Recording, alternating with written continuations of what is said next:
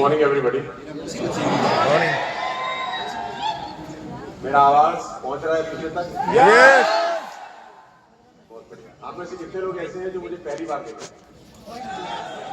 पहली बार? अरे ना सोशल मीडिया है तो जिंदा पहली बार देख रहे हैं?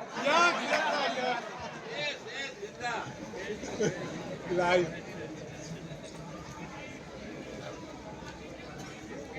हाँ, अच्छा जिंदा ऐसा।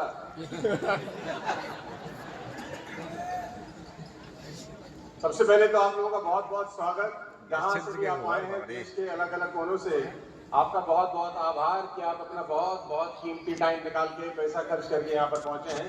और उम्मीद करता हूँ आज का दिन आपके लिए फ्रूटफुल हो और आपकी लाइफ का ट्रांसफॉर्मिंग डे हो, जहां से आपका जिंदगी एक नया आकार मिले। और उसके लिए आपको बहुत बहुत धन्यवाद देना चाहिए सुरेंद्र जी को कि उन्होंने इतना अच्छा कार्यक्रम का आयोजन किया। बापू सभागार जैसी जगह को भरना कोई आसान काम नहीं होता, लेकिन ये चाहिए और कुछ चाहिए? एक ही बार ले लो जो लेना तुमने। अच्छा, अब चल जाएगा? मैं याद करके आया हूँ, भूल जाऊंगा, फटाफट लगा दे। तो जब तक अपना पीपीटी चलता है अपन दो चार बात कर लेते हैं आपसे। हाँ चलेगा ना? तो सुरेंद्र जी पहले तो बहुत बहुत शुक्रिया, बहुत बहुत धन्यवाद, आपने हमको आमंत्रित किया। हाँ, अब आपको भुगतो। So 98 I did my graduation from DAV college. मैं पहली बार आप लोगों से इस तरह से मुलाकात कर रहा हूँ, तो शायद 2-3 मिनट अपने बारे में बताऊंगा। फ्रेंड्स मीट का न्योता सुरेंद्र जी हर बार मुझे देते हैं और कोई उस दिन फटा पड़ ही जाता है। हमारा वो वेवलेंथ पता नहीं क्या मैच ही नहीं कर पाता। जब जब इनका फ्रेंड मीट का डेट आता है अपना कोई ना कोई कार्यक्रम होता है। अच्छा अब वो क्या करें सर। और अभी भी मेरा प्रोग्राम है दिल्ली में, बस यहाँ से भागूंगा सीधा और वहां पर पहुंच जाऊंगा। इनको हाँ कर दिया था तो मना नहीं कर सकता था अभी, नहीं तो इस बार बहुत जूते लगते हैं अपने को। तो guys, I did my graduation from DAV college 1998। जब डॉक्टर ललित अरोड़ा बोल रहे थे, उसके बाद डॉक्टर सुरेंद्र वत्स बोल रहे थे, तो मुझे लगा दो डॉक्टर के बाद अनपढ़ आदमी का मौका आया है। क्योंकि स्कूल में और कॉलेज में I was an outstanding student. Outstanding बोले तो बाहर ही खड़ा रहता था, आउटस्टैंडिंग टीचर। और ये जो हंस रहे हैं ये मेरी तरह है, गरीब का मजाक उड़ा रहे हैं आज, है ना? तो मैंने सोचा दो डॉक्टरों के बाद अनपढ़ को मौका मिलेगा बोलने का। जो ललित जी जब बोलते हैं तो वैसे भी सब स्टेज हिला देते हैं, और वत्स जब आते हैं तो और हिल जाता है। तो मेरे को लगा मेरे लिए कुछ बचेगा ही नहीं। So 98 I did my graduation। पढ़ाई लिखाई में मेरा हाथ बहुत तंग था। जब मैं डिग्री लेके घर पहुंचा तो मुझे याद है वो दिन अच्छे से। ललित भाई, मैंने पिताजी को डिग्री हैंडओवर किया कि फाइनली पापा मैं पास हो गया। हम आपको डिग्री गिफ्ट कर रहे हैं, आप भी हमको कुछ रिटर्न गिफ्ट करिए। ही smiled, he went to the room, came back after 10 minutes। वो अंदर कमरे में चले गए और 10 मिनट के बाद वापस आए और मेरे हाथ में कुछ कागज पकड़ा दिए। तो मैंने बोला पापा ये क्या है? तो बोला हम पे 3 लाख का कर्ज है जो तुझे उतारना है, हमारी तरफ से तुझको यही तोहफा है। सो 3 लाख रुपए के कर्ज के साथ 98 में मेरी जिंदगी की शुरुआत हुई। भगवान का बहुत बहुत धन्यवाद देता हूँ कि जिंदगी की शुरुआत के दौर पे ही उसने समझ लिया कि इसको बड़ा काम ही देना है, तो पहले दिन ही इसको पंगी में डाल दो। वहां से अपना यात्रा स्टार्ट हुआ। 2001 में मैं डायरेक्ट सेलिंग में आया। 5 फरवरी 2001 वो दिन था जब मैं पहली बार इस इंडस्ट्री का हिस्सा बना। बहुत छोटा सा उम्र था, आज से कोई 25-26 साल पुरानी बात बता रहा हूँ। नया नया डायरेक्ट सेलिंग शुरू हुआ था, कोई कुछ साल पहले, कोई 4-5 साल पहले। पौधा बहुत छोटा था, लोग विश्वास नहीं करते थे, लोग ट्रस्ट नहीं करते थे जब हम डायरेक्ट सेलिंग की बात करते थे। लेकिन अब वो मैं भी ललित को बता रहा था कि ऐसा लगता है कि जैसे किसी ने एक पन्ना पलटा हो और 25 साल गुजर गए। अभी तो हम ही छोटे छोटे से थे। अब मैं जब मिलता हूँ बच्चों को जो 20 साल 25 साल 30 साल के हैं, नौजवान जो डायरेक्ट सेलिंग करते हैं, अभी तो याद आता है अभी तो हम कल ही घर घर झोला लेके जा रहे थे यार, और लोग हमें खूब सूद के भगा रहे थे। सो गाइस, मेरा पीपीटी अगर दोस्त रेडी हो गया है तो मैं इतना ही याद करके आया था। अब चलेगा तो यहां से मैं चलाऊं तो चल जाएगा ये? पक्का। सो ये चल नहीं रहा था लेकिन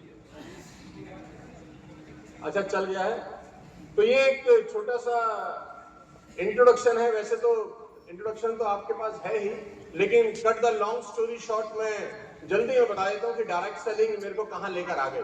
मैंने कभी जिंदगी में सोचा नहीं था कि डायरेक्ट सेलिंग से कोई आदमी इस लेवल तक भी पहुंच सकता है, क्योंकि शुरुआत में तो डायरेक्ट सेलिंग का मतलब यही था कि हम तुम्हें जोड़ रहे हैं, तुम किसी और को जोड़ रहे हो, फिर एक नेटवर्क बन रहा है, फिर वो इवन बात तो खैर क्या नहीं करेगा, वो पूरी फ्लाइट में खिड़की की तरफ ही मुंह करके बैठा रहेगा कि कहीं देख भी ना ले।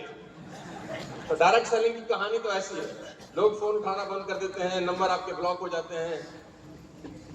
सो मैंने कभी जिंदगी में सोचा नहीं था कि डायरेक्ट सेलिंग करते करते, जो कि इतना बदनाम प्रोफेशन हो चुका था देश के अंदर, और आज भी कोई छवि बहुत अच्छी नहीं है, कि स्थितियां यहां तक पहुंचेंगी कि आज भारत के अंदर, आपको जो मैं स्लाइड दिखाने जा रहा हूं, आपको अच्छा लगेगा जान के कि मैं 200 कंपनियों को ट्रेन करता हूं पूरे हिंदुस्तान की, जो टॉप मोस्ट ऑर्गेनाइजेशन है, उनका मैं ट्रेनर हूं। उनके बिजनेस को अपलिफ्ट करने के लिए मैं उनको ट्रेनिंग देता हूं। पूरे दिन का वर्कशॉप होता है। कुछ कंपनीज 5-5 साल के मेरे साथ एग्रीमेंट पे हैं, कुछ कंपनियां 3-3 साल के एग्रीमेंट पे हैं, कुछ कंपनियां 2-2 साल के एग्रीमेंट के लिए हैं। बहुत कम ऐसा होता है जब किसी कंपनी का एक इवेंट करता हूं, बहुत कम ऐसा होता है जब किसी कंपनी के 2 या 3 इवेंट करता हूं। हम लोग बहुत लंबा डील ही क्लोज करते हैं। तो मैंने कभी जिंदगी में सोचा नहीं था कि डायरेक्ट सेलिंग करते करते कहानी वहां तक पहुंच जाएगी। लेडीज एंड जेंटलमैन, ये डायरेक्ट सेलिंग की ही ताकत है, ये डायरेक्ट सेलिंग का ही आत्मबल है कि कोई इंसान एक साधारण परिवार से निकल के डायरेक्ट सेलिंग के रास्ते से होता हुआ उन कंपनियों में चले जाए जो 20,000, 30,000, 50,000 करोड़ का बिजनेस कर रही है। मैं अभी 1 महीना पहले ही यहाँ था, इसी प्रोग्राम, यहाँ SBI का इवेंट था, SBI लाइफ इंश्योरेंस का। तो करीब ऐसे 5,500-6 हजार लोग थे। फुल डे मैं उनको सिखा रहा था कि इंश्योरेंस कैसे बेचना जाएगी। तो cut the long story short, ये इंडस्ट्री इतनी ताकतवर है कि आप अपनी कल्पना से भी आगे जा सकते हैं। आज से कोई 20 साल पहले अगर मुझसे कहता कि सोनू सर आप यहाँ तक पहुंच जाएंगे, तो मैं उसकी बात पे विश्वास करता ही नहीं यार। मैं बोलता झूठ बोल रहे हो, ऐसा कहाँ होता है, 10-20 लाख रुपए आ जाए वही बहुत है। लेकिन शुरुआत से लेकर अब तक इस पड़ाव में बहुत कुछ देखा, पूरा हिंदुस्तान ट्रेवल किया, पूरी दुनिया में ट्रेवल कर रहा हूं। और जेन्युइन कहानी तो यह कि 365 के 365 दिन करीब ब्लॉक ही है। मतलब अपने ही लिए टाइम देखने के लिए अपना कैलेंडर खोलना पड़ता है कि भाई जा सकते हैं कि नहीं जा सकते। और ये ताकत सिर्फ और सिर्फ डायरेक्ट सेलिंग की वजह से है। तो आप सही हाथों में हैं, सही इंडस्ट्री में हैं। If I can do, anybody can do. कोई भी कहीं से भी उठ के आ सकता है और किसी भी लेवल पे पहुंच सकता है। तो कल को कोई डायरेक्ट सेलिंग का मजाक बनाए आपके सामने, डायरेक्ट सेलिंग को गलत बोले आपके सामने, तो बिल्कुल आंखों में आंखें डाल के बात करना कि हम हिंदुस्तान की नहीं, दुनिया की सबसे पाक साफ इंडस्ट्री का हिस्सा है, जो लोगों को ऊपर उठाने का काम करती है। और छाती चौड़ी करके बोलना मेरे दोस्त। मैं और तो बहुत सारी चीजें आपको बता सकता हूं डायरेक्ट सेलिंग में कामयाब होने के लिए, लेकिन जितना मेरे को टाइम इन्होंने दिया है, मुझे लग रहा है सबसे ज्यादा जूस इन्होंने मेरा ही निकालना है। डायरेक्ट सेलिंग में कामयाबी होने के बहुत सारे रास्ते हैं, लेकिन मैं कुछ चीजें अपने पिछले 25 साल के एक्सपीरियंस से आपके साथ शेयर करना चाहता हूं। सुनना चाहते हैं तो बोलिए हाँ। अच्छा, ऊपर लग रहा है कि कोई बैठा ही नहीं है। अच्छा, अभी नीचे वाले आवाज ना करें, मैं चाहता हूं खाली ऊपर वालों की आवाज सुने, देखें कि ऊपर वाले ज्यादा ऊपर तो नहीं निकल गए। मैं 3 तक काउंट करूंगा और जितना अंदर तक का दम है लगाना है तुमको, ठीक है? 1। अरे भाई अभी तो 1 बोला है मैं। अबे पूरा तो होने दो, गिनती तो पूरी होने है। अच्छा, डायरेक्ट सेलिंग का जोश इतना होता ना कि उड़ उड़ के बाहर आता है। 1। अरे भाई पूरा होने दो। 1, 2, 3 गो। अच्छा, और ऊपर वालों को लग रहा है कि नीचे कोई नहीं बैठा, तो जरा ऊपर वाले होल्ड करें, हम नीचे वालों से बात करते हैं। 3 तक काउंट करते हैं, देखते हैं कि कंपटीशन में कौन जीत रहा है। 1, 2, 3 गो। अगर दोनों मिल जाए तो कैसा होगा? 1, 2, 3 गो। अब मुझे मजा आ रहा है। मेरे को भी जैसे वो कोई मिल गया है, उसको धूप चाहिए थी ना, ये मेरी धूप है।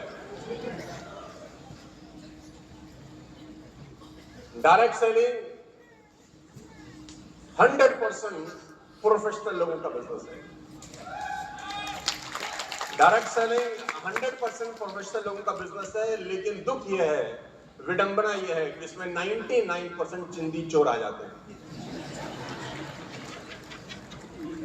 मैंने कहा था मुझे बुलाया है तो भुगतो, मैं तो सच्ची बोलूंगा, अच्छा लगे अच्छा, बाकी आने का पैसा तो मैंने ले ही लिया है। अरे मजाक कर रहा हूँ, कुछ पैसा वैसा नहीं दिया इन्होंने यार, बहुत दुख है मुझे अंदर से। डायरेक्ट सेलिंग 100% प्रोफेशनल लोगों का बिजनेस है, लेकिन अफसोस कि 99% लोग इसमें अनप्रोफेशनल आ जाते हैं, उसको अपने तरीके से करते हैं, और जब फिर फेल हो जाते हैं तो फिर गाली कंपनी को देते हैं और इस इंडस्ट्री को देते हैं।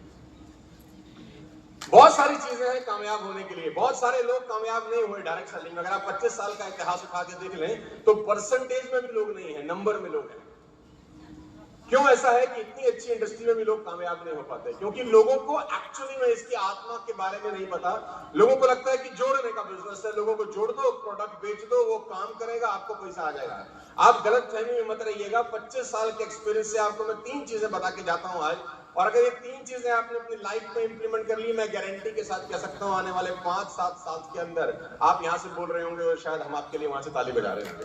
100% गारंटी के साथ कह सकता हूं। सबसे पहला आपको सीखना होगा डायरेक्ट सेलिंग में आगे बढ़ने के लिए लोगों के साथ कनेक्ट बनाना। ये गुण, ये क्वालिटी आपको डेवलप करनी पड़ेगी। मैं एग्जांपल से पूछता हूं, जल्दी समझ में आएगा। पूरे देश में आपको कोई लड़का कोई लड़की ऐसा कभी नहीं मिलेंगे जो अपनी मां से नफरत करते होंगे, हाँ या ना? इस पूरे देश में चाहे लड़का कितना ही खराब हो, लड़की कितनी ही खराब हो, ना पढ़ती हो, बेरोजगार हो, किस भी लेवल पे हो, मां से नफरत कोई नहीं करता। एवरीबॉडी लव देयर मदर, हाँ या ना? बट इस हिंदुस्तान में आपको बहुत लोग ऐसे मिलेंगे जो बाप से नफरत करते होंगे। Yes, you will find people who hate their father, हाँ या ना? विडंबना यह है कि दोनों ने ही पैदा किया है, माँ और बाप का बराबर कंट्रीब्यूशन है किसी बर्थ के लिए, लेकिन मां से नफरत करने वाला आपको पूरे देश में ढूंढे नहीं मिलेगा। पिता से नफरत करने वाले लोग आपको मिल जाएंगे, और नफरत करने वाले लोगों की इंतहा यह है कि कुछ बच्चों को तो ऐसा लगता है कि आदमी हमारे घर में कर क्या रहा है। मेरी माँ अकेली बहुत थी मुझे पालने के लिए, ये एक्स्ट्रा है, इससे तो ना ही होता तो ठीक था। मैं पिताओं का अपमान नहीं कर रहा, मैं खुद 2 बेटियों का बाप हूं, मैं कुछ समझाने की कोशिश कर रहा हूं, लेके जाता हूं उसी पॉइंट पे। तो कभी गौर करिए और सोचिए कि ऐसा क्यों होता है कि पिता से नफरत करने वाले लोग मिल जाते हैं, मां से नफरत करने वाला कोई नहीं मिलता। उसका सीधा सा जवाब देता हूं, लंबी कहानी को छोटा बताकर। मां बच्चों के साथ हमेशा कनेक्ट बना के रखती है, और बाप बच्चों को हमेशा करेक्ट करता रहता है, बस इतना ही फर्क है। Mother connect, father correct. इतना सिंपल सा डिफरेंस अगर किसी को समझ में आ जाए तो वो डायरेक्ट सेलिंग में मीलों आगे निकल सकता है अपने हमसफर से जो उसके साथ काम कर रहे हैं।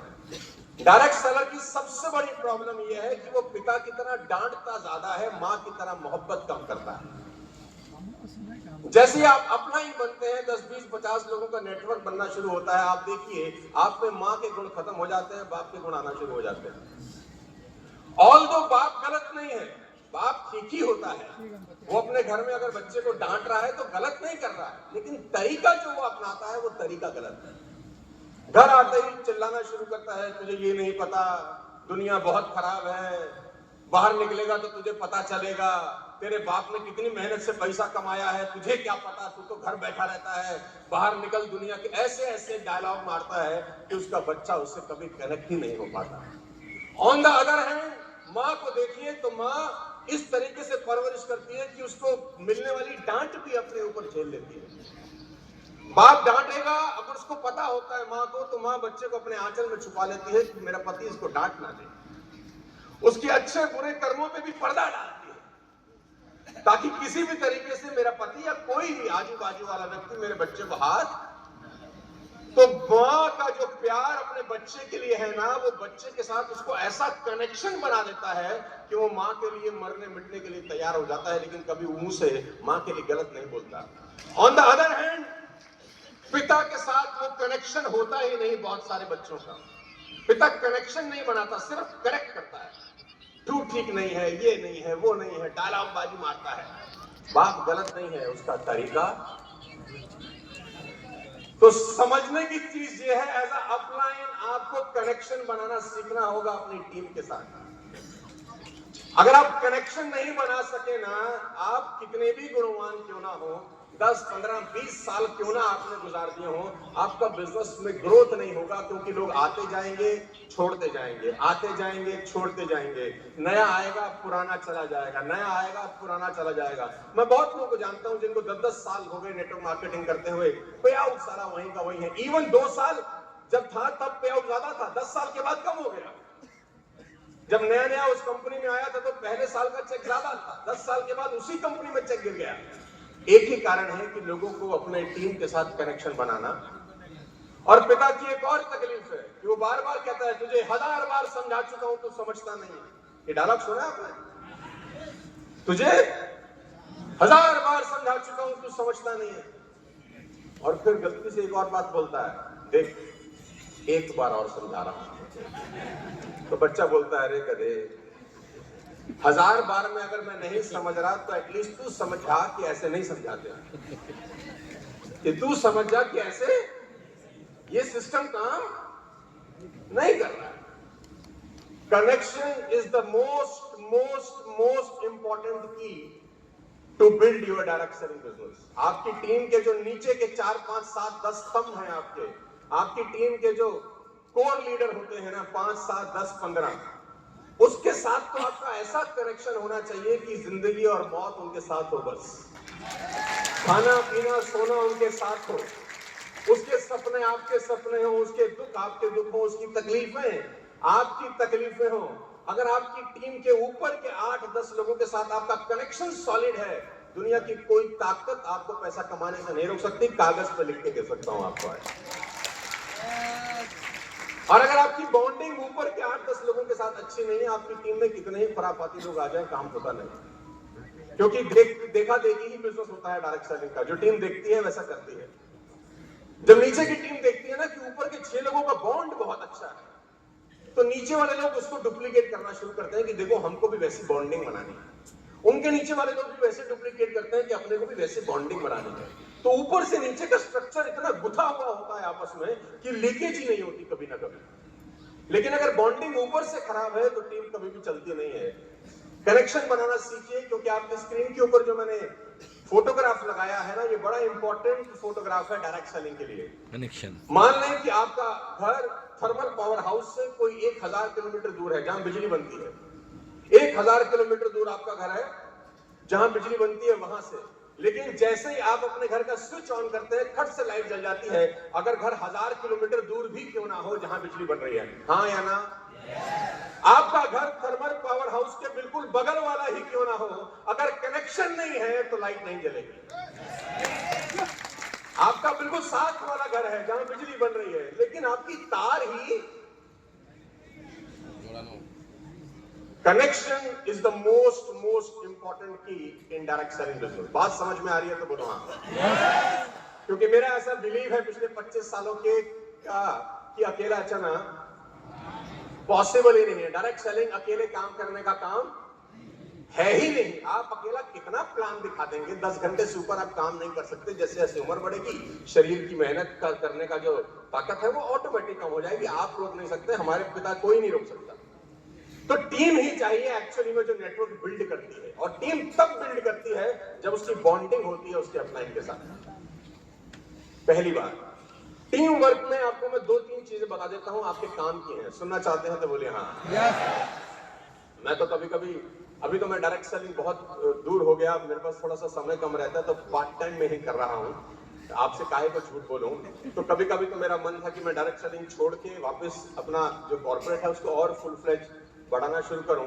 मैं तो डायरेक्ट सेलिंग छोड़ना चाहता हूं, डायरेक्ट सेलिंग मुझे नहीं छोड़ पा रही। तो वो मैं छोड़ता हूं, फिर पकड़ लेती है मुझे। तो आज फिर 6th मीट में फिर पकड़ के ले आई पटना। तो अभी मैं रास्ते में भी कुछ लोगों से बात कर रहा था, तो मुझे लग रहा था कि यार डायरेक्ट सेलिंग इतनी पाक साफ बिजनेस है, और तू 25 साल के बाद अगर तू उन लोगों को वो दे ना सका जिसकी वजह से तेरी लाइफ चेंज होगी, तो फिर करने का कोई फायदा नहीं। कुछ ना कुछ ऐसा देना चाहिए कि लोगों का लाइफ चेंज हो जाए। तो कोशिश करता हूँ आज कुछ 15-20 मिनट में आपको बता दूं। दूसरी चीज आपको बताऊंगा और वो है टीम वर्क। ये टीम वर्क के ऊपर आपने अपने अपलाइन से बहुत सारी कहानियां सुनी होंगी और आजकल ऐसा कोई ज्ञान है नहीं जो मैं आपको दे नहीं सकता या जो ललित जी आपको नहीं दे सकते या सुरेंद्र जी नहीं दे सकते जो गूगल पे अवेलेबल ना हो। दुनिया का हर ज्ञान गूगल पे अवेलेबल है। एक एंटर मारेंगे, मैं एक कहानी सुनाऊंगा, गूगल 50 कहानियां सुना देगा। लेकिन सीखने समझने वाली बात सबसे इंपॉर्टेंट है जो मैं आपको अब बताने वाला हूं। टीम की इंपॉर्टेंस है कि नहीं? कम ऑन, अरे जोर से बोलो, है कि नहीं? लेकिन टीम के साथ रिश्ते बहुत इंपॉर्टेंट रोल प्ले करते हैं। मैं एक छोटे से उदाहरण से आपको समझाऊंगा। आपकी स्क्रीन के ऊपर एक छोटा सा उदाहरण देता हूं। ये बात है कुछ 2005 की। मैं जब आ रहा था फ्लाइट में तो मैंने सोचा, सुरेंद्र जी ने बोला मुझे कल कि सोनू सर आप अपना पीपीटी भेज दें। तो मैंने कहा यार मैंने तो बनाया कुछ नहीं है, तो मैं फ्लाइट में जो 1 घंटा मिलेगा उसमें कुछ ना कुछ जमा घटा कर दूंगा अपने एक्सपीरियंस के हिसाब से। तो मैं जब फ्लाइट में बैठा मॉर्निंग में, तो फ्लाइट का टाइम मेरा सबसे बेस्ट होता है इस्तेमाल करने का, क्योंकि मोबाइल चलता नहीं, डिस्ट्रैक्शन होती नहीं। तो मैं सोच रहा था क्या बताऊं वहां के लोगों को, तो बोलूंगा यार वो बताऊंगा जो सबसे इंपॉर्टेंट होगा, और वो है टीम वर्क। इससे अच्छा कोई चीज ही नहीं है। तो 2005 के अंदर ऑस्ट्रेलिया की जो टीम थी वो अनडिफीटेबल थी। आप में से कितने लोग क्रिकेट खेलने देखने के शौकीन हैं? तो जल्दी समझ में आएगा। 2005 Lalit ji, Australia was unbeatable. Ricky Ponting की कप्तानी थी, 3 वर्ल्ड कप जीते थे। उनको लगता था कि अब हमको दुनिया में कोई, मतलब ऑस्ट्रेलिया जाने का मतलब था कि आप पूरी तरह से हार के, मैं ठीक कह रहा हूं? चाहे कोई भी टीम ऑस्ट्रेलिया गई, उन्होंने उसको धो के वापस। तो 2005 के टॉप पे ऑस्ट्रेलिया टीम का जो शबाब था वो बिल्कुल पीक पे था। उन्होंने कहा यार कुछ नया करते हैं। इंडिया आती है हरा के भेज देते हैं, पाकिस्तान आती है हरा के भेज देते हैं, ऑस्ट्रेलिया न्यूजीलैंड आती है हरा के भेज देते हैं। तो ऑस्ट्रेलिया की टीम ने खुराफात की। क्या खुराफात की? उन्होंने आईसीसी को एक लेटर लिखा।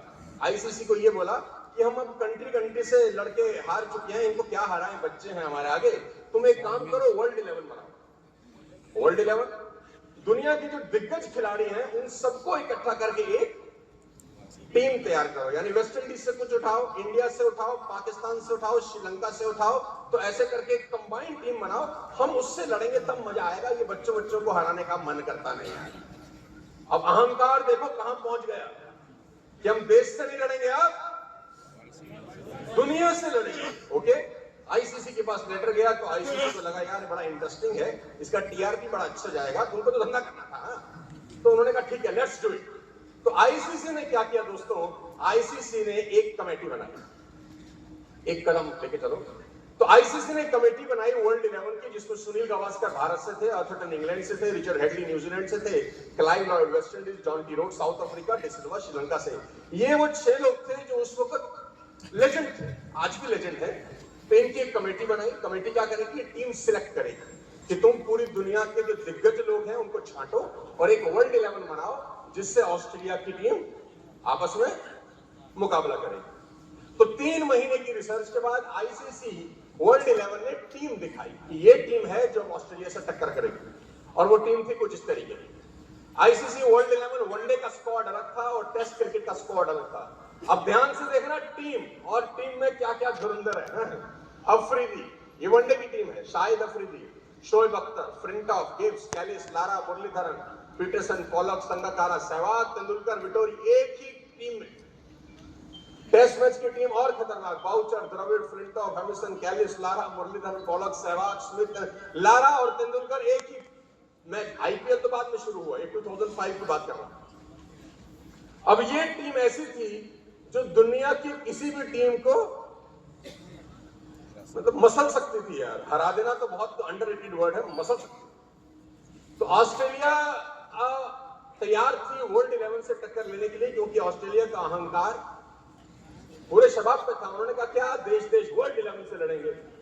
लेडीज एंड जेंटलमैन, याद करिएगा, मैं आपको सिखा रहा हूं team work, the power of team work in direct selling business. अकेले आप कुछ नहीं कर सकते। कितने काबिल हो, कितना अच्छा बोलते हो, कितना होल्डिंग हो आपका सोशल मीडिया पे, you are zero without your team. Team ही है जो पार लगाएगी। भगवान राम अकेले कर नहीं सकते थे, बानर भालू चाहिए ही थे उनको भी। तो टीम तो सबको चाहिए ना यार, कोई आदमी अकेला काम नहीं कर सकता है, सबको टीम का जरूरत है।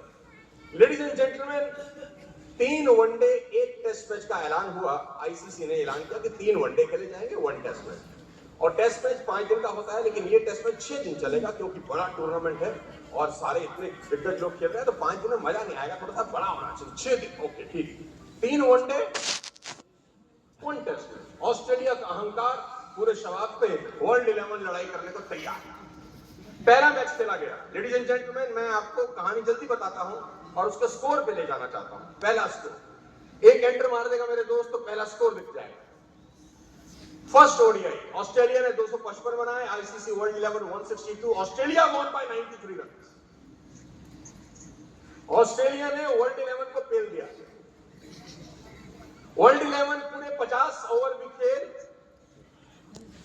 वो वर्ल्ड 11 जिसमें दुनिया की दिग्गज तोपें दहाड़ रही थी, वो वर्ल्ड 11 जिसके नाम से दुनिया कांप जाती थी, ऑस्ट्रेलिया जैसी एक कंट्री ने उसको बुरी तरह से हरा दिया। तो लोगों को लगा अभी शुरुआत है, अभी थोड़ा सा सेटिंग होने में दिक्कत हो रही है, दूसरे मैच में तो वर्ल्ड 11 पेल देगी ऑस्ट्रेलिया को। दूसरा मैच हुआ लेडीज एंड जेंटलमैन, और दूसरे मैच का स्कोर आपकी स्क्रीन पे। Australia 328 for 4, ICC world 11 273, Australia won by 55 run. Australia फिर से दूसरा मैच जीत गई। वर्ल्ड 11 पूरे 50 ओवर भी नहीं खेल सके, नो प्रॉब्लम। तीसरा प्रतिष्ठा का सवाल था कि अब करो या मरो, बहुत बेइज्जती होगी इस वक्त, तो ऑस्ट्रेलिया को ऐसे हराओ ताकि दोनों मैच का बदला लिया जा सके। तीसरे मैच का स्कोर आपकी स्क्रीन के ऊपर है। Ladies and gentlemen, Australia won by 156 runs. And you will be surprised कि तीनों ही मैच में आईसीसी वर्ल्ड 11 की टीम 50 ओवर नहीं खेल सकती। हर मैच में 50 ओवर से टीम पहले ही सिमटती जा रही थी। वो टीम जिसमें दिग्गज खिलाड़ी खेल रहे थे, वो टीम जिसके एक एक खिलाड़ी पूरी पूरी टीमों पर भारी पड़ते थे। अगर सचिन तेंदुलकर अकेले पूरी टीम पर भारी थे, ब्रायन लारा अकेले पूरी टीम पर भारी थे, शोएब अख्तर अकेले पूरी टीम पर भारी थे। एक एक दिग्गज, एक एक मोती ऐसा था जिसकी कोई कीमत ही नहीं थी। लेकिन जब सबको इकट्ठा किया गया तो हालत खराब हुई। तीनों के तीनों मैच ऑस्ट्रेलिया जीत गया, नो प्रॉब्लम। चौथा टेस्ट मैच बचा था, इनको लगा कि अब बदला लेंगे, नो प्रॉब्लम। चौथे टेस्ट मैच का स्कोर आपकी स्क्रीन के ऊपर है। Australia won by 201 run. Ladies and gentleman, Australia ने बनाए 345, 199, ICC world 11 199 and 144 only. Australia ने वर्ल्ड 11 को धोया नहीं, उनको औकात बता दी। अब ये कहानी सुनाने के पीछे मैं आपको क्या बताना चाहता हूं वो बता रहा हूं, आप उसको सुनना ध्यान से मेरी बात। डायरेक्ट सेलिंग में हर आदमी कामयाब होना चाहता है, लेकिन 99.9% लोग कामयाब नहीं होते, और जो लोग कामयाब नहीं होते उसमें 90% टैलेंटेड लोग हैं जो कामयाब नहीं होते। दुख इस बात का है, इस बात का दुख नहीं है कि नालायक थे और इसलिए फेल हो गए, इस बात का दुख है कि लायक थे और कुछ नहीं कर सके। कारण सुन बता रहा हूं आपको, आपकी स्क्रीन के ऊपर। रिकी पॉन्टिंग ने वर्ल्ड 11 को हराया बहुत बुरी तरह से। लेसन दे रहा हूं आपको, घर लेके जाइए।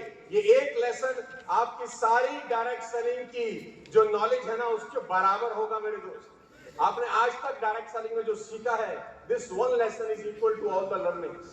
आपकी स्क्रीन के ऊपर पलटो। Definition of a winning team. Winning is not about having talented team. It's about aligning ordinary team. Talented लोग आपकी टीम में हो, उससे आप मैच जीतोगे कभी नहीं होता। आपकी टीम में ऑर्डिनरी लोग होने चाहिए, लेकिन वो अलाइन होने चाहिए, आपस में गुथे हुए होने चाहिए, उनका रिलेशनशिप एक दूसरे के साथ जबरदस्त होना चाहिए, उनकी फीलिंग एक दूसरे के साथ जबरदस्त होनी चाहिए। टैलेंट का कोई मतलब ही नहीं है इस पूरे देश में।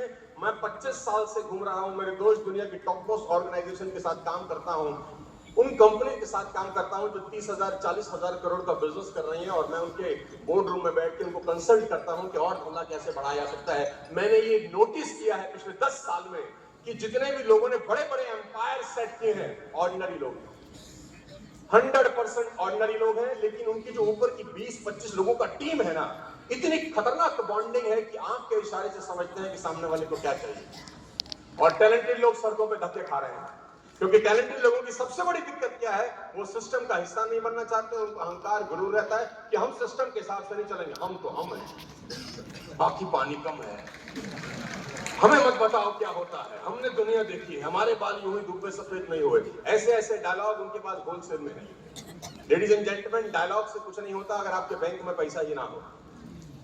और मेरा ऐसा मानना है कि आपकी नॉलेज जब तक आपके बैलेंस शीट को रिफ्लेक्ट नहीं करती तो वो लायबिलिटी है, असेट कभी नहीं होती। आपकी नॉलेज अगर आपके बैंक अकाउंट में रिफ्लेक्ट ही नहीं कर रही तो वो कूड़ा है, उसको तुरंत जला देना चाहिए और कहीं और से बढ़िया ले लेनी चाहिए। आपकी नॉलेज, आपका ज्ञान आपको पैसा ही कमा के नहीं दे रहा, आपको गाड़ी ही नहीं दे रहा, आपको लग्जरी लाइफ ही नहीं दे रहा, तो उस गान का अचार डालना है क्या? उसको फेंकना है, नया लेना है, नया गैजेट करना है, नया पेज लिखना है, नया भरना है। टैलेंटेड लोग नहीं चाहिए आपको टीम में। ऐसा मत सोचना कि मेरी टीम में ये लड़का आया बड़ा टैलेंटेड है, जीरो हो जाएगा अगर सिस्टम खराब है। अच्छा से अच्छा बीज भी सही मिट्टी ना मिलने के कारण मर जाता है। अच्छे से अच्छा बीज भी सही मिट्टी, सही वातावरण ना दो, मर जाएगा। ऑर्डिनरी बीज को सही मिट्टी दो, सही वातावरण दो, वो फल देगा आपको, 200% फल देगा। तो डायरेक्ट सेलिंग का जो सबसे गूढ़ मतलब है वो है टीम। टीम के साथ आपका बॉन्डिंग, और टीम में टैलेंटेड लोगों को ढूंढने की कोशिश मत करना, ऑर्डिनरी लोगों को ढूंढना, उनको अलाइन करने की कोशिश करना। और जिस दिन आपको ये गुण आ गया, ये बहुत लंबा टॉपिक है, कैसे होगा ये लंबा प्रोसेस है, 8-10 घंटा मैं इसके ऊपर बात कर सकता हूं और वो गलतियां बता सकता हूं आप लोगों को जो अक्सर लोग होलसेल में करते हैं। लेकिन मेरे पास टाइम अभी नहीं है, कभी फिर मौका लगा तो शायद इस विषय में डीप में घुसूंगा और आपको बताऊंगा। दूसरा लेसन इसी कहानी के अंदर आपको देता हूं।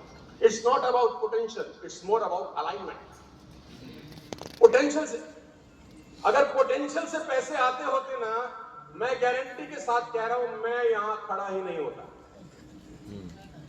पोटेंशियल से पैसे नहीं आते मेरे दोस्त, इस बात को अपने दिमाग से निकाल दो कि दुनिया में वो लोग कमाते हैं पैसा जिनके पास पोटेंशियल नहीं। नहीं, दुनिया में वो लोग पैसा कमाते हैं जो सिस्टम के साथ अलाइन होते हैं। यस, जो सिस्टम के साथ अलाइन नहीं है वो पैसा कमाएगा ही नहीं। Third most important line, most important role is of a captain. सबसे बड़ा रोल है उस अपलाइन का, जो कैप्टन है, जो शिप को चला रहा है, जो जहाज का पायलट है, who can transform an ordinary looking team to become undefeatable। जब 2007 के अंदर धोनी वर्ल्ड कप लेकर आए तो धोनी की टीम बहुत ऑर्डिनरी थी, किसी ने सोचा भी नहीं था कि वर्ल्ड कप जीत जाएगा। ऑर्डिनरी टीम को अनडिफीटेबल बनाने का काम करना पड़ता है किसको? तो कैप्टन के कंधे पे बहुत सारी जिम्मेदारी होती है यार, बहुत रिस्पॉन्सिबिलिटीज होती हैं, बहुत उत्तरदायित्व होते हैं, उसको बहुत सारी चीजें सीखनी होती है, करनी होती है। लेडीज एंड जेंटलमैन, एक कदम और आगे लिख देता हूं।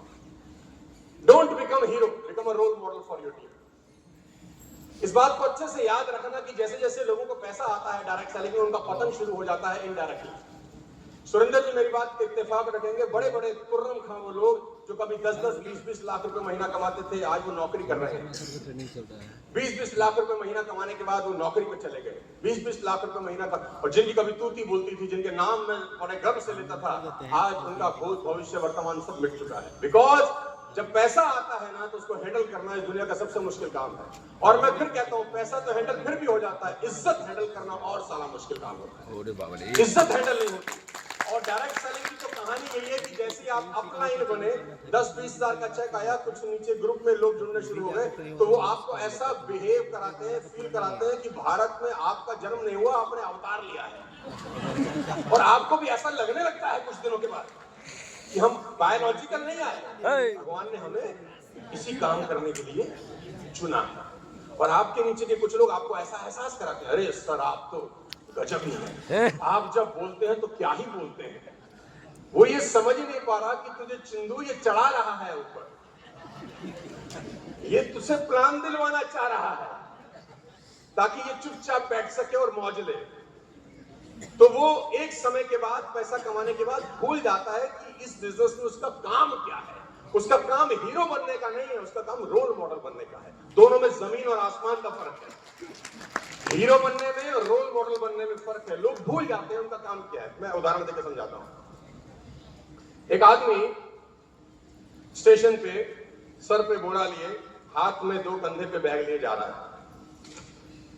ट्रेन ने सीटी मारी, ऊपर सर के ऊपर कुछ रखा है उसने और शोल्डर के ऊपर 2 बैग है, भार है बहुत। ट्रेन ने सीटी मारी, उसको लगा छूट जाएगी, भागना शुरू किया उसने और भागना शुरू किया और भागना शुरू किया। ट्रेन ने भी अपनी रफ्तार पकड़ ली। तो ट्रेन के गेट के ऊपर एक आदमी खड़ा था।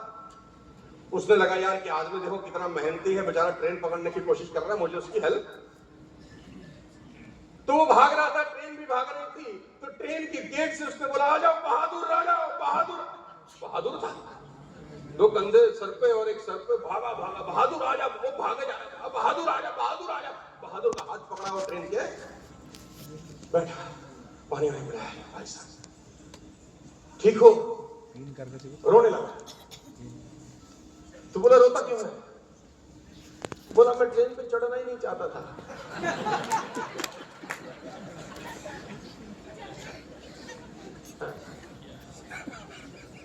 और जोर से रोने लगा। बोला अब क्या हुआ?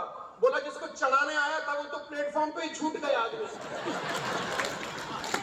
तो बोला उल्लू के पट्टे पे ट्रेन में चढ़ा क्यों? तो बोला आपने ने कहा आजा बहादुर, आजा बहादुर, आजा बहादुर, बहादुर। मैं बहादुर बन गया और वो करने लग गया जो मुझे करना। एमएलएम में बहुत सारे बहादुर बन जाते हैं जो ट्रेन पे चढ़ जाते हैं, जो उनको चढ़ना। डिटेल में समझाने को मत बोलना, इतने में तुम समझ गए होगे। वो कहते हैं ना कि लोहे को सिर्फ उसका जंग खुद ही खराब करता है, कोई नहीं करता। मैं एमएलएम में 25 साल में बहुत लोगों को मिला हूँ, जानता हूँ, और मैं कभी कभी उनको देखता हूँ तो मुझे लगता है कि काश इसने ये 2 चीजें नहीं की होती तो आज ये दुनिया को रूल कर रहा होता। काश ये नहीं करता ऐसा तो दुनिया को रूल कर रहा होता। डायरेक्ट सेलिंग ऑर्डिनरी लोगों का ही बिजनेस है भैया, यहाँ कोई टैलेंटेड लोग नहीं चाहिए। टैलेंटेड में सब IAS IPS हो जाते हैं। डायरेक्ट सेलिंग उन लोगों का, हमारे ऐसे लल्लू लोगों का काम है जिनके पास कोई काम नहीं था और डायरेक्ट सेलिंग में आ गए और अपनी किस्मत आजमाने बैठ गए। ऑर्डिनरी लोग अलाइन हो जाएं तो क्या कमाल हो सकता है। एक छोटा सा उदाहरण देखिए, इस टॉपिक को क्लोज कर रहा हूं। छोटा सा उदाहरण, मैं अभी गुजरात में था कोई 5 दिन पहले, वहां भी मैंने एग्जांपल दिया, आपको दोबारा देता हूं।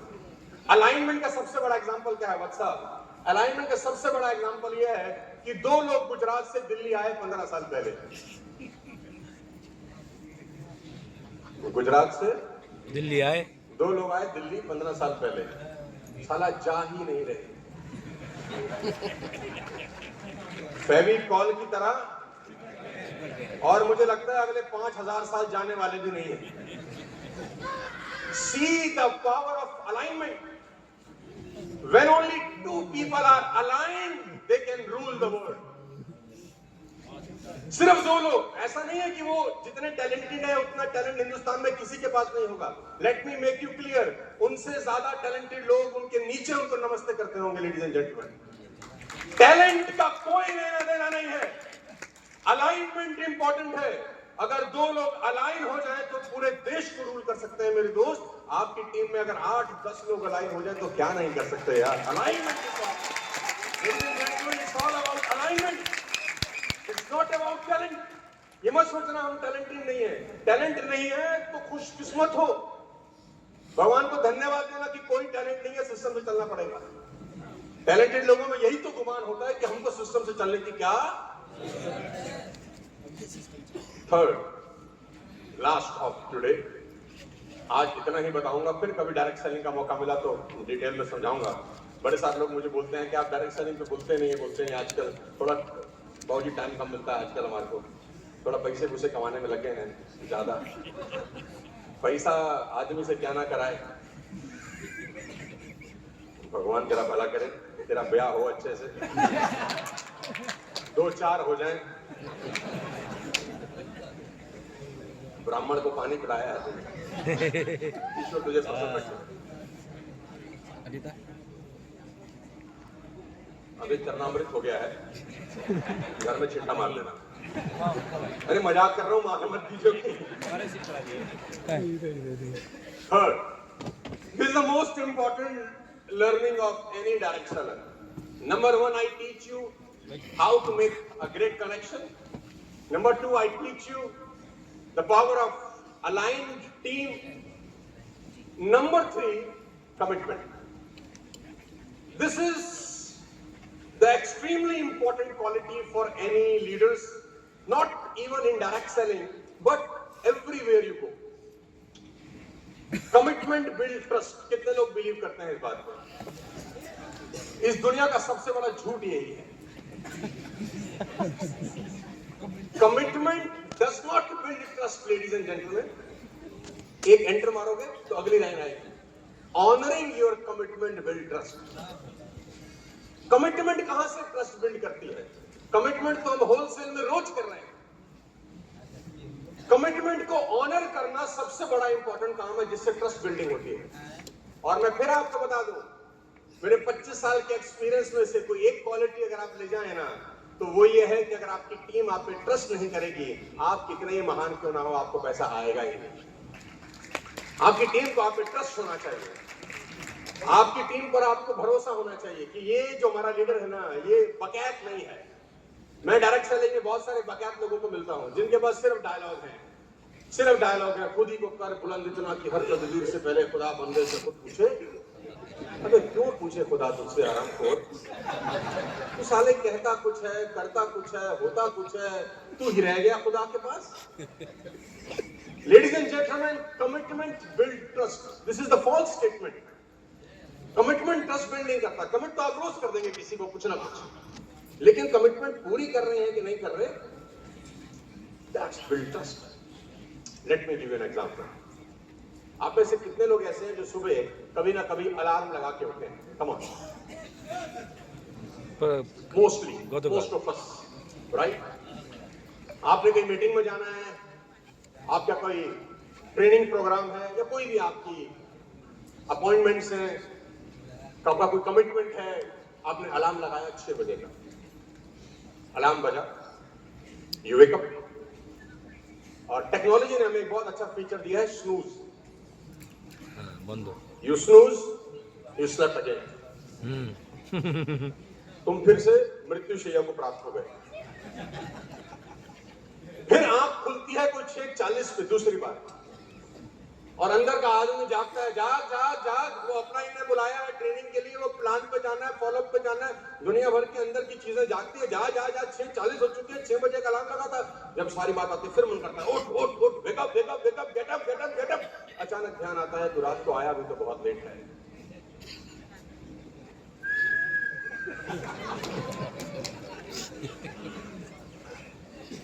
नींद खुली 8:15 पे. अब तीसरी बार फिर अंदर का इंसान जागता है, wake up get up get up get up, जाना है. आपने बड़ी हिम्मत से अपने आप को उठाया, मोबाइल देखा 8:15. आपने एक किताब 12 साल पहले पढ़ी थी कि आदमी को कम से कम 8 घंटा तो सोना ही चाहिए. वो साला किताब भी उसी वक्त याद आती है, और तुम्हारा पार्थिव शरीर फिर से. ऐसा हुआ है तो बोल दो हाँ. और दुख यह है कि कितनी खुशी से इजहार कर रहे हो इस बात.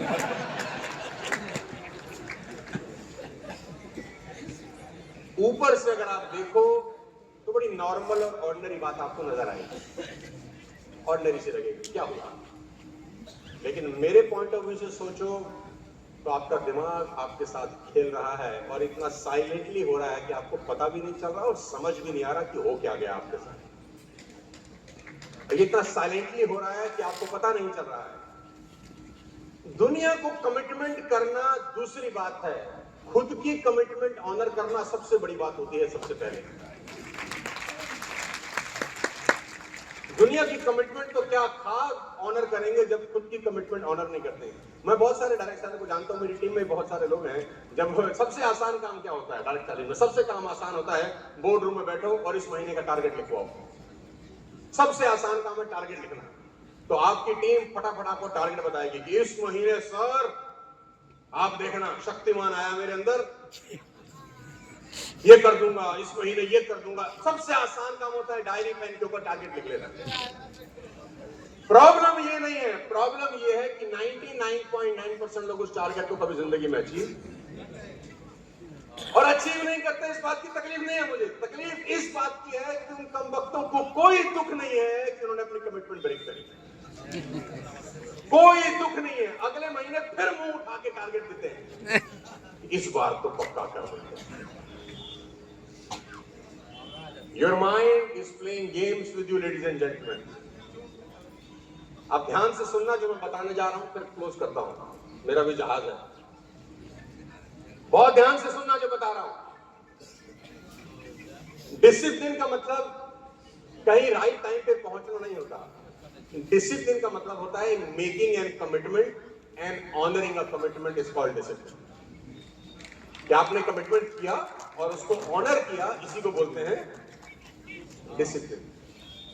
क्योंकि जब आप रोज कमिटमेंट ब्रेक करते हो ना खुद से, तो एक समय ऐसा आता है 3 से 5 से 7 साल 10 साल के बाद, जब आपका मन आप पे ही भरोसा नहीं करता किसी भी कमिटमेंट का। यस।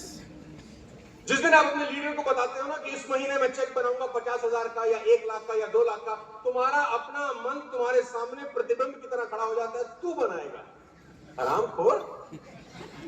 सुबह 6 बजे उठने का छोटा सा वादा जो अपने आप से पूरा नहीं कर सका, वो क्या मर्सिडीज, BMW, ऑडी, जैगवार जैसी गाड़ी लेगा।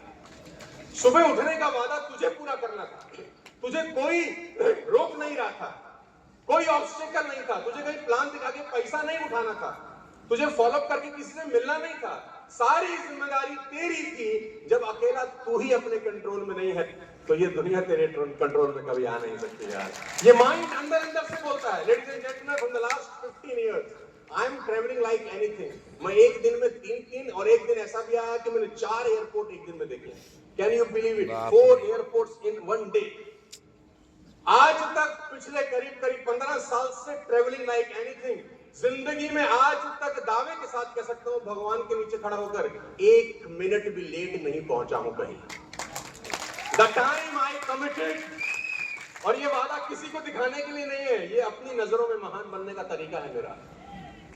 और जो आदमी अपनी नजरों में महान नहीं बन सकता, दुनिया की नजर में महान बन ही नहीं सकता, पॉसिबल ही नहीं, यस, हो ही नहीं सकता। जो खुद की इज्जत नहीं कर पाएगा, दुनिया उसकी इज्जत क्या करेगी मेरे दोस्त। तो एक बात याद रखना, आप अपनी टीम में जो कमिट करते हो, do it at any cost. Either don't commit, नहीं कर सकते मत करना, क्योंकि आपकी टीम में आपकी छवि सबसे इंपॉर्टेंट है दोस्त। यहां कोई दुकान नहीं है, आप ही दुकान हो। यहां कोई शोरूम नहीं है, आप ही शोरूम हो। यहां पे कोई 10-20 हजार लोगों की का स्टाफ आपके लिए काम नहीं करता, आप ही अपना स्टाफ हो। आपकी टीम कोई कंपनी को नहीं देखती, वो आपको देखती है। आप ही उसके लिए कंपनी हो, आप ही उसके लिए सब कुछ हो। अगर आप नीचे गिरे तो वो नीचे गिर जाता है, चाहे कितनी ही महान कंपनी में क्यों ना काम कर रहे हो। कैरेक्टर बहुत इंपॉर्टेंट है मेरे दोस्त, संभाल के रखना इसको, और ट्रस्ट जरूर पूरा करना। छोटी सी बात बोल रहा हूं, कमिटमेंट करना और उसको पूरा करना बस सिंपल तरीका है। तुमने अपनी माँ को वादा किया कि माता जी सवेरे 6 बजे आपको मंदिर लेके जाऊंगा, छोटा सा वादा, do it at any cost. तुमने अपनी बेटी को वादा किया कि शाम को 5 बजे घर आऊंगा ना बेटिया, तो चॉकलेट लेकर आऊंगा, do it at any cost. तुमने अपनी टीम के लड़के को वादा किया कि 5 बजे होम मीटिंग करेंगे उसके घर जाके, do it at any cost, चाहे वहां पर एक भी बंदा अवेलेबल ना हो। आपका वादा किया गया आपकी टीम की नजर में आपको महान तो बनाता ही है, आपकी नजर में भी आपको महान बनाना शुरू करता है। और देखिएगा, 1 साल तक अगर आप ऐसा कर सके, भगवान रहा अगर मेरी उम्र रही और अगली बार मुझे आने का मौका मिला, मैं गारंटी के साथ कह सकता हूं कि आप अपने अंदर ही एक नए आप को पाएंगे। 100% गारंटी है। सिर्फ ये करके देख लेना, वादा करना और वादे को पूरा करना। डिसिप्लिन सबसे इंपॉर्टेंट है, और जो आदमी डिसिप्लिन नहीं है लाइफ में, वो जिंदगी में कितना ही महान क्यों ना हो, टैलेंटेड क्यों ना हो, अच्छी कंपनी में क्यों ना हो, कुछ नहीं कर सकता। आप में से कितने लोग ऐसे हैं जो कभी एयरपोर्ट गए हैं? बहुत सारे लोग गए होंगे, नॉर्मल है आजकल। डिसिप्लिन का मतलब क्या होता है? एयरपोर्ट पे सीआरपीएफ का आदमी हाथ में एक लीश लेकर कुत्ते को घुमा रहा होता है। देखा आपने कभी ये वाक्य? सीआरपीएफ का आदमी के हाथ में एक लीश होती है, कुत्ता बंधा होता है, और कुत्ता आगे आगे चल रहा होता है, ये पीछे पीछे चल रहा होता है। और वो कुत्ता इतना शानदार डिसिप्लिन है, उसको इतना जबरदस्त ट्रेंड किया गया है कि अगर रस्सी छोड़ भी दे, रस्सी हटा भी दे, तो भी कुत्ता बकायदा डिसिप्लिन के साथ उसके संग संग चलेगा। हेलो, देखा होगा कभी कभी बिना रस्सी के भी उसके साथ चल रहा होता है, हाँ या ना? Because the dog was so discipline. अपने गली के कुत्ते को एक बार ले जाओ एयरपोर्ट, उसकी रस्सी छोड़ के देखो, वो आपको दिन में नतारे दिखा दे तो मेरा नाम बदल दे, वो आपको बताएगा डिसिप्लिन किसको बोलते हैं। लेडीज एंड जेंटलमैन, फ्रीडम में और डिसिप्लिन में बहुत फर्क होता है। फ्रीडम का मतलब ये नहीं है कि आप डिसिप्लिन का मिसयूज करेंगे। फ्रीडम का मतलब ये है कि जो फ्रीडम आपको मिली है वो पूरा का पूरा इस्तेमाल करेंगे अपनी लाइफ को अच्छा करने के लिए। और हमारे देश में फ्रीडम की सबसे बड़ी प्रॉब्लम है, 200 साल की आजाद लड़ाई के बाद आजादी मिली, कहीं मर्जी थूक दो, कहीं मर्जी मूत दो, बाप का राज है, कोई पूछता तो है नहीं। फ्रीडम के नाम पे जितनी बदमाशी हम लोगों ने करी है उतनी दुनिया में किसी ने नहीं करी। डिसिप्लिन इंपॉर्टेंट है दोस्त। ट्रेन में बैठे होगे, आप लोग याद होगा कि ट्रेन पटरी पे डिसिप्लिन है, पटरी पे धड़क रही है, गड़गड़ गड़गड़ गड़गड़ गड़गड़ जा रही है, मस्त। और आपने ट्रेन में देखा होगा बड़ा फैमिली एटमॉस्फेयर हो जाता है लॉन्ग जर्नी के अंदर। लोग अंताक्षरी खेल रहे होते हैं, लोग खाना खा रहे होते हैं, एक दूसरे के साथ खाना शेयर कर रहे होते हैं, हाँ या ना, नंबर एक्सचेंज हो जाते हैं, ललित जी सिखाते हैं कि क्या कहते हैं प्रोस्पेक्टिंग कैसे करें ऐसी जगह पे, ठीक। तो बहुत अच्छा सा फैमिली का एटमॉस्फेयर है, सब मजा आ रहा था, पिकनिक का माहौल है। रीजन मजा क्यों आ रहा है अंदर, क्योंकि ट्रेन पटरी पे डिसिप्लिन है। अंदर के लोग मजा इसीलिए ले रहे हैं क्योंकि पटरी पे ट्रेन, अब ट्रेन को लगा बहुत हो गया discipline, let's enjoy some freedom. और वो पटरी छोड़ी, खेत में उतर गई। अब खेलो अंताक्षरी, खाओ पराठे, तुम्हारा पराठा होने वाला है। फ्रीडम का मतलब ये नहीं है जो बहुत सारे लोग सोचते हैं।